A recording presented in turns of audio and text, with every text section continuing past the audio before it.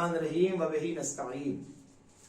حاضرین کرام و ناظرین کرام، آپ کی بارگاہ میں ہم شب 21 کے اعمال اور اس کے مستحبات کو لے کر پھر حاضری کا شرف حاصل کر رہے ہیں۔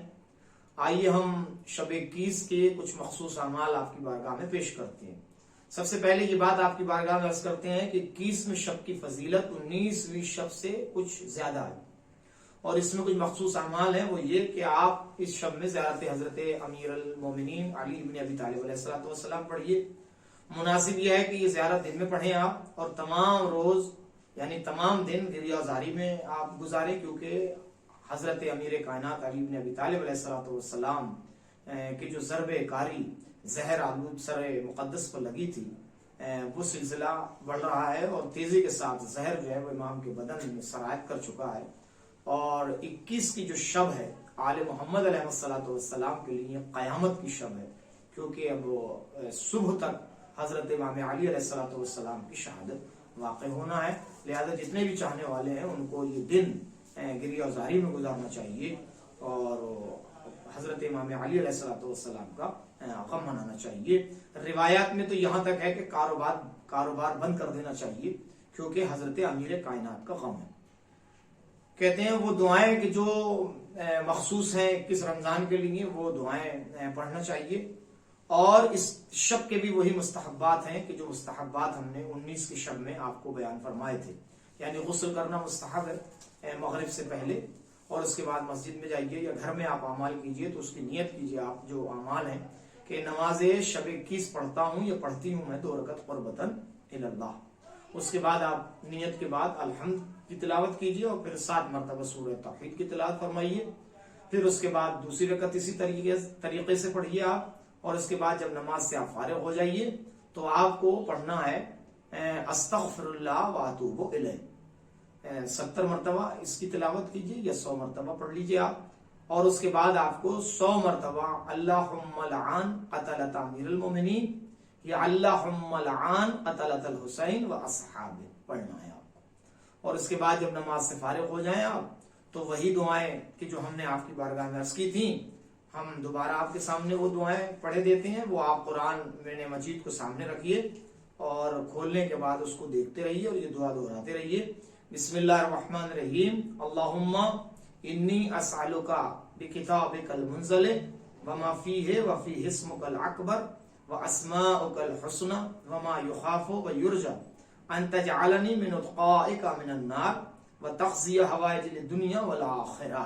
اس کے بعد دعائیں مانگیے آپ، اور دعائیں مانگنے کے بعد پھر قرآن کو بند کر کے آپ یہ دعا پڑھیے آپ سر پر رکھ کے۔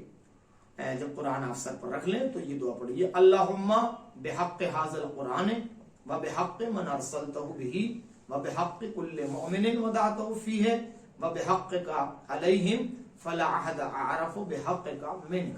اور اس کے بعد یہ کلمات آپ کو، یہ اسماء آپ کو 10 مرتبہ پڑھنا ہے۔ بک یا اللہ بمحمد بعلی بفاطمہ بالحسن بالحسین بعلی بن الحسین بمحمد ابن علی بجعفر ابن محمد بموسیٰ ابن جعفر بعلی ابن موسیٰ بمحمد ابن علی بعلی ابن محمد بالحسن ابن علی بالحجت القائم علیہ السلام۔ یہ ہر نام آپ کو 10 مرتبہ لینا ہے، اور جب اس سے فارغ ہو جائیں تو پھر اپنی حاجات طلب کیجئے، اور اس کے بعد آپ 2 رکعت نماز زیارت امام حسین کی نیت سے پڑھ لیجئے، اور زیارت امام حسین پڑھ کے آپ اپنے اعمال کو ختم کر سکتے ہیں۔ اس کے بعد کچھ دعائیں ہیں جو مخصوص ہیں، وہ آپ پڑھ سکتے ہیں، جیسے شب 21 کی دعا ہے، دن کی دعا ہے، ماہ رمضان میں جو پڑھی جاتی ہیں وہ دعا پڑھ سکتے ہیں آپ، اور وہ پڑھیے آپ، زیادہ ثواب ہے اور زیادہ بہتر ہے۔ اس کے بعد جب آپ شب قدر میں جائیں گے، یعنی شبائے قدروں میں جو سب سے اہم شب ہے وہ شب ہے قدر، جسے کہتے ہیں کہ جس کے سلسلے سے قرآن نے بھی ارشاد فرمایا، بسم اللہ الرحمن الرحیم، انا انزلناہ فی لیلۃ القدر۔ ہم نے قرآن مجید کو شب قدر میں نازل فرمایا۔ وہ شب قدر جو ہے وہ شب 23 ہے، یعنی 22 کی رات کے جو 23ویں شب کہی جاتی ہے، اس کے مخصوص جو اعمال ہیں وہ اسی طریقے سے ہیں جیسے ہم نے ابھی اعمال آپ کے بارگاہ میں عرض کیے۔ اسی طریقے سے آپ کو نماز پڑھنی ہے اور ایسے ہی آپ کو عمل کرنا ہے، بس خالی نماز میں نیت کا فرق ہو جائے گا۔ اور اس کے بعد اس رات میں جو روایات ہیں رات بھر جاگ کے آپ عبادت کیجیے، اور اس کے لیے مخصوص ہے کہ 100 رکعت نماز خصوصاً 23ویں شب میں آپ پڑھیے۔ جس شخص کے ذمے قضا نمازیں ہیں وہ اپنی قضا نمازیں 100 رکعت پڑھ سکتا ہے۔ بہتر ہے کہ 6 دن کی قضا نمازیں پڑھے۔ اس صورت میں بہتر ہے کہ نماز ظہر سے ابتدا کرے اور نماز صبح پر ختم کرے۔ اگر کسی بشر یا کسی بندے کی نماز قضا نہیں ہے تو اپنے والدین کی قضا پڑھ سکتا ہے۔ اگر والدین کی قضا نہیں ہے تو دادا وغیرہ کی قضا پڑھ سکتا ہے۔ تو فی الحال وہ آگے تک کسی کی بھی قضا پڑھ سکتا ہے، اور میرے خیال سے تو کوئی بندہ ایسا نہیں ہوگا کہ جس کی زندگی میں کچھ نماز قضا نہ ہو۔ اس شب میں کچھ دعائیں مخصوص ہیں، جیسے دعائے جوشن کبیر کا پڑھنا بہت زیادہ تاکید کی گئی ہے، اس میں پڑھے، اور 3 مرتبہ اگر پڑھے تو بہت زیادہ ثواب۔ یعنی اس شخص کے لیے روایت ہے کہ جو جوشن کبیر کی تلاوت کرتا ہے اللہ اس کے بدن پر جہنم کی آگ کو حرام قرار دیتا ہے، یعنی وہ جہنم میں نہیں جا سکتا۔ ایک ملک مقرر کرتا ہے اللہ کہ جو اس کو گناہوں سے بچاتا رہتا ہے اور اس کو حفظ و امان میں رکھتا ہے۔ تینوں راتوں میں کثرت کے ساتھ صلوات پڑھنا چاہیے، مگر مخصوص شب 23 میں جو ہے وہ یہ کہ زیارت امام حسین پڑھے۔ اس کے بعد کچھ سورے ہیں کہ جو مخصوص ہیں اس رات میں پڑھنے کے لیے، اور کچھ دعائیں ہیں کہ جو مخصوص ہیں اس رات میں پڑھنے کے لیے۔ وہ سورے کہ جو اس میں مخصوص ہیں، سورہ عنکبوت کی تلاوت کرنا مستحب قرار دیا اور بہت زیادہ ثواب ہے۔ جو سورہ روم کا پڑھنا اس میں جو ہے وہ بہت زیادہ تاکید کی گئی ہے۔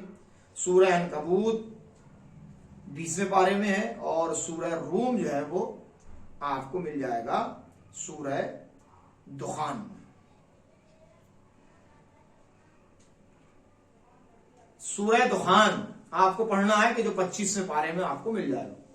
1000 مرتبہ سورہ انا انزلنا کی تلاوت آپ کو اسی شب میں کرنا ہے، کہ جو شبائے مخصوصہ ہے اور جس میں بہت زیادہ تاکید کی گئی ہے کہ آپ یہ پڑھیں۔ تو یہ سورے ہیں کہ سورہ عنکبوت اور سورہ روم اور سورہ دخان کی تلاوت آپ اس رات میں کیجیے، رات بھر جاگیے۔